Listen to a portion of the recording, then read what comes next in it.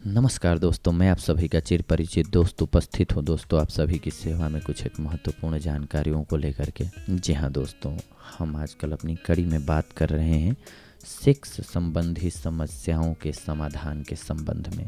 जी हाँ दोस्तों, इस कड़ी को स्टार्ट करने का हमारा उद्देश्य है कि ज़्यादा से ज़्यादा लोगों को जो भी सेक्स संबंधी समस्या होती है उस उलझन से छुटकारा मिले, उन परेशानियों से छुटकारा मिले, और जो हर किसी से बात नहीं कर पाते हैं या किसी से पूछ नहीं पाते हैं, बात नहीं कर पाते हैं, वो अपने माइंड से यानी कि अपनी तरफ से अपने आप को गोपनीय रखते हुए इन समस्याओं के समाधान के संबंध में जान सकें, उचित जानकारी रख सकें, जिनसे कि उनकी प्रॉब्लम दूर हो सके। मेरे दोस्तों, आइए आज हम अपने एक पाठक की मेल लेते हैं।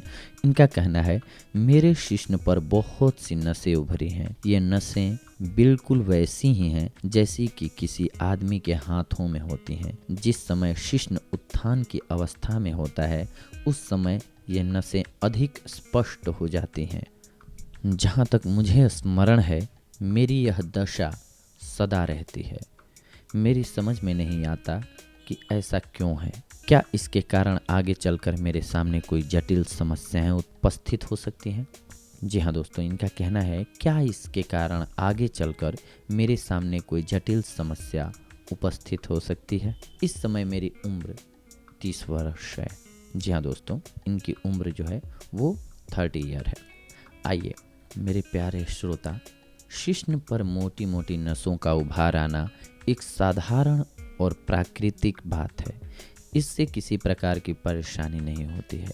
ये तथाकथित नसें वास्तव में शिराएं हैं जिनमें से होकर शिश्न का रक्त वापस हृदय की ओर जाता है।